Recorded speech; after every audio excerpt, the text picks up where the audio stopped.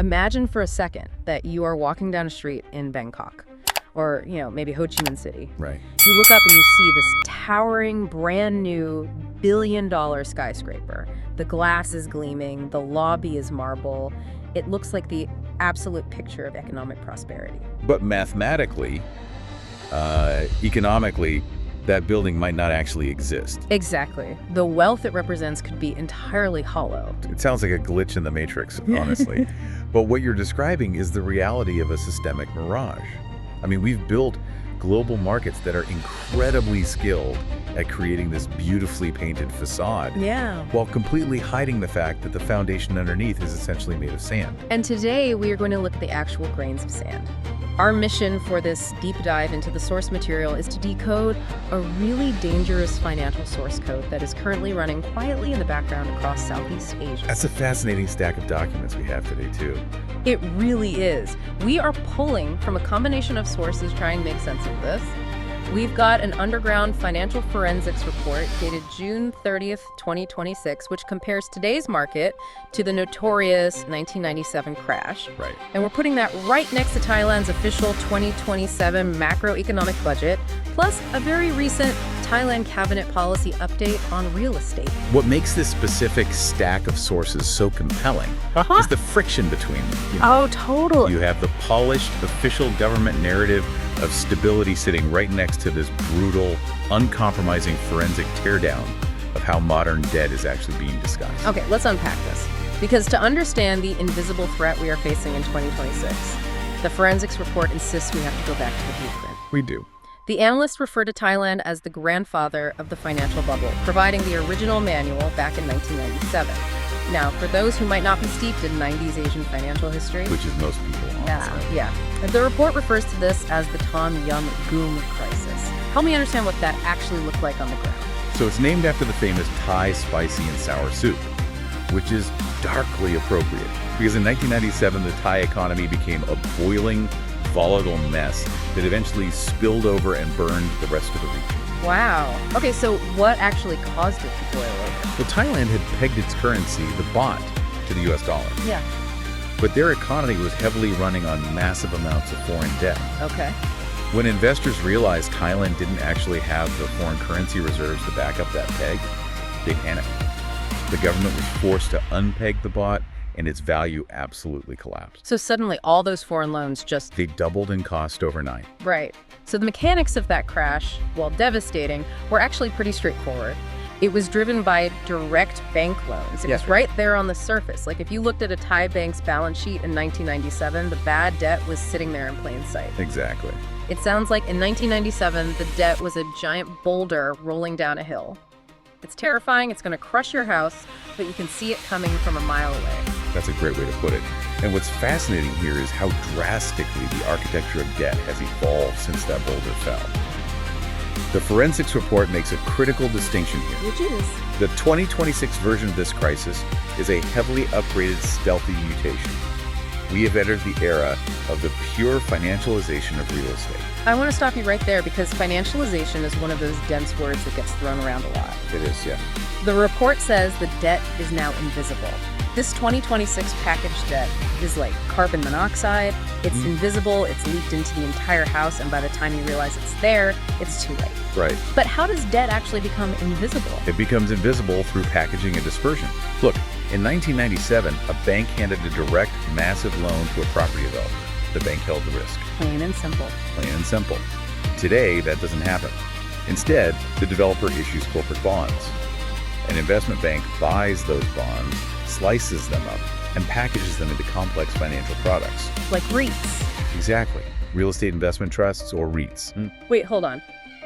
If I own a REIT in my retirement portfolio, I've always been told I own a tiny, tangible piece of an actual building. That's the marketing, sure. An income-producing physical asset. How does that turn into a dangerous shell game? Because of what the forensics report calls the illusionary valuation network. Illusionary valuation. Okay. The REIT might hold the building, yes, but that REIT is also buying corporate bonds from the developer to keep the developer liquid. Meanwhile, the developer is buying shares in the retail bank to prop up the bank's stock. Oh, wow. And the retail bank is heavily invested in the REIT. It's a snake eating its own tail. Everyone is holding everyone else's paper. Precisely. And this is how the risk scatters. The Underground report refers to the people buying these packaged bonds as the NPC crowd. NPC, like non-player characters in a video game. Yeah, essentially adopting internet slang to describe everyday retail investors. People who are just operating on default settings, blindly trusting their financial advisors. Buying these mutual funds and REITs without realizing they aren't actually buying property. Right. They are buying a fraction of a highly leveraged, interconnected debt bomb.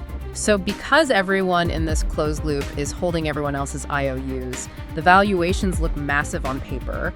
The skyscraper looks like it's worth $1 billion. But the actual cash, the real liquidity to pay out those investors if everyone rushed the exits, it just isn't there. That's terrifying. It's a deadly liquidity trap. The collateral is real estate, but the value of that real estate is entirely dependent on the continuous injection of more debt just to keep the illusion alive. Man, so if the private sector is suffocating in this carbon monoxide of packaged debt, the natural assumption is that the government will step in and open a window, right? You would think so.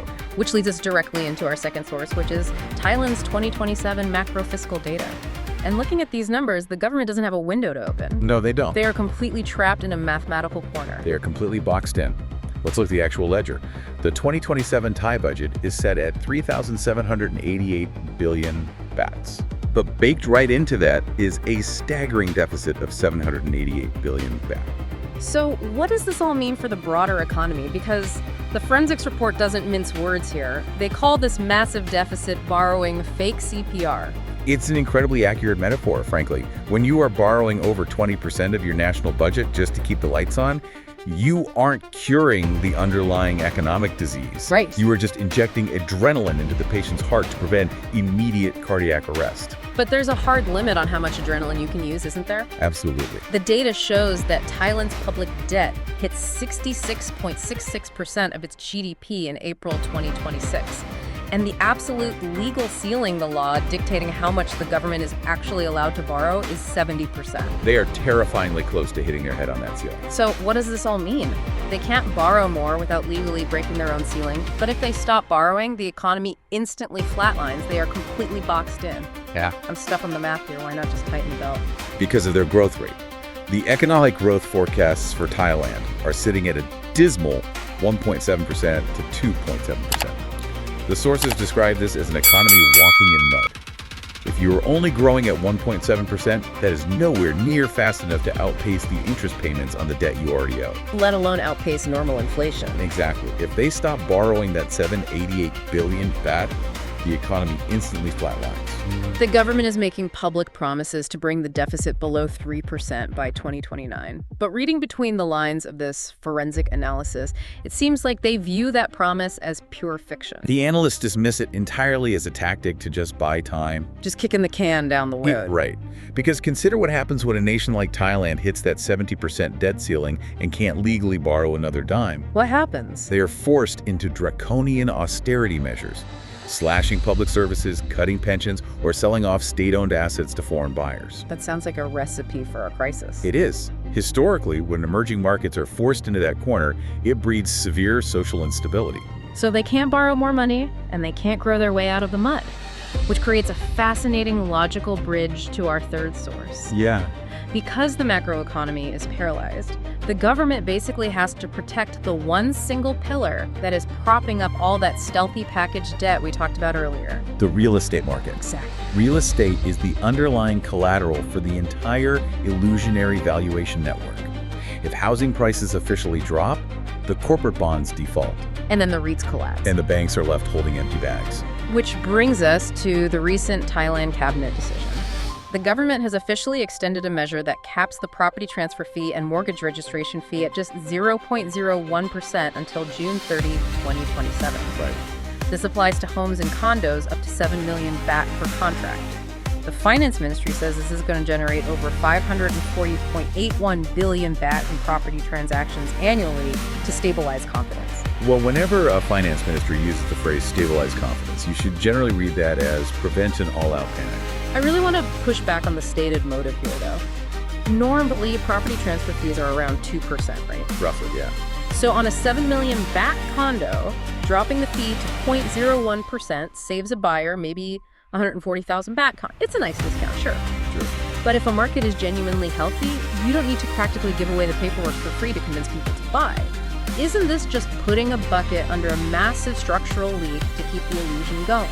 If we connect this to the bigger picture, it links directly back to the liquidity trap from Section 1. The government's goal isn't necessarily to put families in homes, it is to force transactions to happen.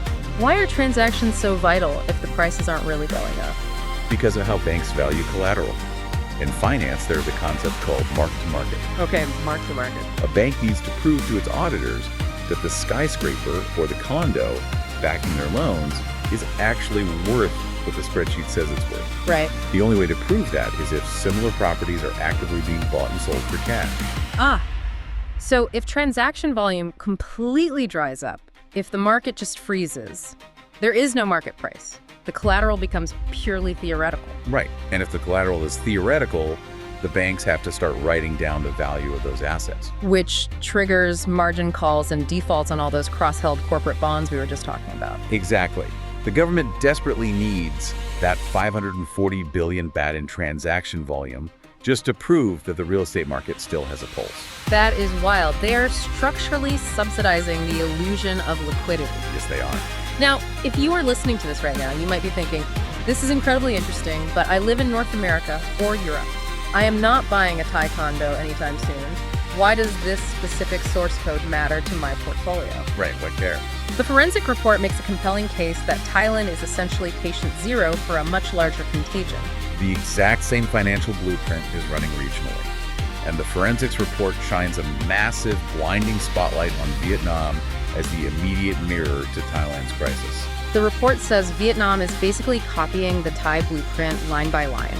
They are using massive real estate development to anchor their GDP and to attract foreign direct investment. But by copying the blueprint, they are inheriting the exact same invisible carbon monoxide problem. They share the same paradox.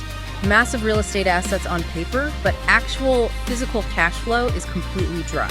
Yeah. There is a detail in the sources that really highlights the scale of this. It mentions the Vietnamese market is currently frantically trying to squeeze cash into these monolithic developments, specifically citing a project worth 60,000 billion. It's a staggering number. And to give that context for you listening, we are talking about 60 trillion Vietnamese dong. If you convert that, it's roughly 2.4 billion US dollars tied up in just one development phase. Wow. It's like they're shoveling whatever cash they can find into a giant furnace just to keep the pressure up. But the critical warning in the report is that the fuel for that furnace is running out. The analysts identify a very specific trigger that will cause this systemic collapse, and it centers around something called CASA. CASA, current account savings account. Yes. Help me bridge the gap between my basic checking account and a $2.4 billion property collapse. How does that mechanism work? So CASA represents the cheap deposits sitting in everyday bank accounts. Yeah. Usually, people leave their cash in checking accounts earning near 0% interest. Right, guilty as charged. Banks take that massive pool of cheap, essentially free money, and lend it out at high interest rates to property developers. It's the lifeblood of emerging market real estate. Okay, so what happens when global interest rates stay high or inflation bites like we're seeing right now? Consumers get smart, or they just get desperate. They take their money out of those 0% checking accounts and lock it into high-yield term deposits, or they spend it just to survive inflation. Okay, that makes sense. Suddenly, the bank's pool of free money evaporates. Their cost of capital spikes. They can no longer afford to give cheap loans to the developers building that 60 trillion dong mega project. And when the developers don't get the cash, construction stops. The corporate bonds they issue default. The REITs holding those bonds plummet. The banks holding the REITs take the hit. So we aren't just looking at isolated national issues. If major Thai developers start defaulting on these corporate bonds, is that the domino that sets off the rest of the emerging markets running this round? It is. The fragile link snaps. And because of the cross-holding we discussed, the contagion spreads instantly. The Thai corporate bond market is the ultimate canary in the coal mine here. Because they are the grandfathers of the bubble. Exactly. If they start defaulting on their packaged debt, the illusionary valuations in Vietnam and other emerging markets running the exact same code will just shatter. Okay, so we've diagnosed this massive region-wide systemic illness. We've seen the government band-aids that are mathematically doomed to fail. Yep. We understand how the dominoes are lined up. Now, the final section of this forensic report pivots incredibly hard. It doesn't just leave us with doom and gloom. It offers a survival strategy from an analyst referred to as Uncle Shin. And it is uncompromising. It's a brutal strategy of absolute decentralization. The goal is to step entirely outside the matrix of these interconnected, illusionary valuations. Here's where it gets really interesting. With all this complex, modern financial engineering we've been talking about, REITs, debt to GDP ratios, Uncle Shin's first rule is intense disdain for any packaged paper asset. Yeah, he doesn't hold back. He says, do not touch corporate real estate bonds, do not touch REITs. He explicitly calls them sugar-coated debt bonds. Well, it's the logical conclusion of our analysis. If the value of those paper assets is derived entirely from a closed loop of cross-holding and subsidized fake liquidity, Right. holding them when the music stops means you are holding zero. You can't rely on a valuation that exists only on a spreadsheet. So his second rule is about conversion. You must convert from virtual assets like a multi-billion-dollar commercial property that isn't generating actual rental cash flow into real physical assets. Yeah. And his ultimate recommendation is the most ancient, primitive form of wealth preservation imaginable. He recommends physical gold. Specifically, 900,999 purity physical gold rings. Which might sound like fringe doomsday prepping to a Western listener, but we really have to contextualize this advice. We do. Because I was going to say, why rings? Right. Why not just buy a gold ETF on an app or a gold certificate from a bank? Because an ETF or a certificate introduces counterparty risk. Ah. It relies on the promise of a financial institution. And the whole premise of this report is that the institutions are structurally insolvent. Right. They are part of the illusion. Exactly. As for why rings specifically, rather than large bars, this is a deeply ingrained cultural muscle memory in Southeast Asia. During the Vietnam War, during the aftermath of the 1997 Tom Yum Goong crisis, everyday people survived currency collapses by holding highly pure, small, physically transportable units of gold. Because you can't easily shave off a piece of a standard gold bar to buy groceries. Exactly, or to secure passage out of a country. But a one-tailed gold ring is a universally recognized, instantly liquid, decentralized asset. It is a financial survival tactic refined over decades of systemic instability. It has no debt. It has no packaging. It doesn't rely on a Thai retail bank holding a corporate bond backed by a sluggish condo market. This raises an important question for you, the listener, regardless of where you live. Yeah. When you look at your own portfolio, your 401k, your mutual funds, are the assets truly yours? Or are they just packaged debt reliant on a fragile chain of promises made by institutions that, in a liquidity crisis, are legally out of money? That is the ultimate test of your wealth. It is. The end game for Uncle Zen's strategy is stark. You buy the physical gold rings, you store the gold in a private safe, you sit on your gold fortress, and you wait. You wait for the explosion. Right. You let the carbon monoxide debt explode, and when the illusion shatters and everyone else is holding worthless paper, you use the gold to buy up actual cheap assets from the wreckage. It is an aggressive, predatory strategy, frankly. But it is built on a very sober mathematical reading of a macroeconomic reality, where the numbers simply do not add up. It is a severe warning to wrap your head around. So, looking back at the ground we've covered today, we started by unmasking the evolution of the 1997 visible bank loan crisis into the stealthy, packaged, cross-held debt bomb of 2026. Yep. We dissected the Thai government's desperate fiscal situation pushed right up against their 70% legal debt ceiling, forced into fake CPR because they are walking in economic mud. We examined how they are utilizing near-zero fee extensions, not to help homebuyers, but to artificially stimulate transaction volume to prove to auditors that their real estate collateral still exists. We traced the contagion risk directly to Vietnam, watching how the drying up of cheap bank deposits could snap the link holding up multi-billion-dollar mega projects. And finally, we explored the historical and mechanical logic behind fleeing the matrix entirely to build a physical fortress of gold rings. The core takeaway here transcends Southeast Asian real estate. The imperative is recognizing the vast canyon between a valuation printed on a piece of paper and the actual physical liquidity required to back it up. Absolutely. Think about your own investments today. Are you holding a boulder that you can at least see and manage? Or are you sitting comfortably in a room slowly filling with carbon monoxide? And that leaves us with a profound, lingering question to ponder. What's that? Well, if global governments and massive financial institutions are now utilizing such incredibly complex engineering, tranching, cross-holding, subsidized transaction metrics just to hide systemic rot, are we entering a financial era where traditional economic warning signs are entirely obsolete? And if the old alarms have been disconnected, what new metrics must we invent to see the next global crash coming before the illusion finally shatters? Wow. It certainly makes you look at those sunny postcards of bustling, towering cities a little differently. It really does. When you understand the mechanics of the shadows, the sunshine just looks like a very expensive spotlight. Thank you for joining us on this deep dive into the source material. Remember to keep questioning the underlying math in the headlines you read, and we'll catch you next time.